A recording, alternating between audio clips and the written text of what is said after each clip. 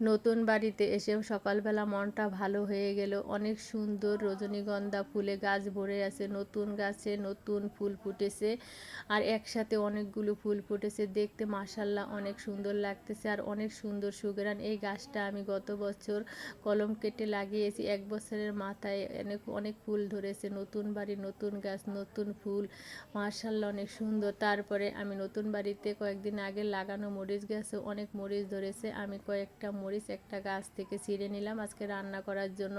আর অন্য অন্য গাছেও কিন্তু মাশাল্লাহ অনেক মরিচ ধরেছে। এই মরিচগুলো খেতে কিন্তু অনেক ঝাল, অনেক সুন্দর সুঘ্রাণ। আর এদিকে নতুন বাড়ির কলা গাছেও ভর্তি, অনেক গাছে অনেকগুলো কলা ধরেছে। আর অনেক কাঁঠাল গাছেও বাগান ভর্তি কাঁঠাল ধরে আছে, আম গাছেরও আম বড় হতে শুরু করেছে।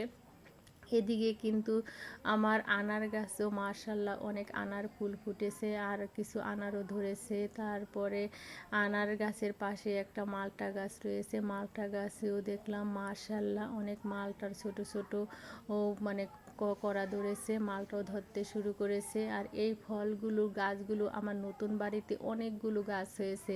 এই ফলগুলো কিন্তু আমরা ছোটোবেলা অনেক খেয়েছি, খেতে কিন্তু ভালোই লাগে। আর বিদেশে দেখি এই ফলগুলো এখন অনেক বেশি দামে বিক্রি হয়। এই ফলগুলো খেলে নাকি অনেক উপকার হয়।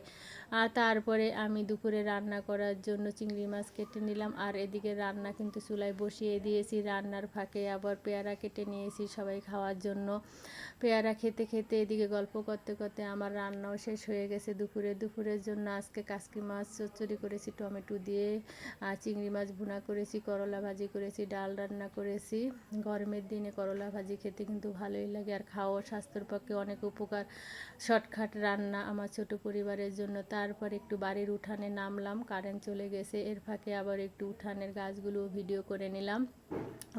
আমার এই পুরানো বাড়ির উঠানটাও ফুলে ফলে ভরে আছে, গাছ ভর্তি কাঁঠাল, গাছ ভর্তি ফুল। আর ওদিকে আম গাছেও কিন্তু অনেক আম রয়েছে, ভিডিও করি নেই। আর আমার নতুন বাড়ি পুরান বাড়ি সবই ফুলে ফলে ভরা, মাশাল্লাহ, আলহামদুলিল্লাহ।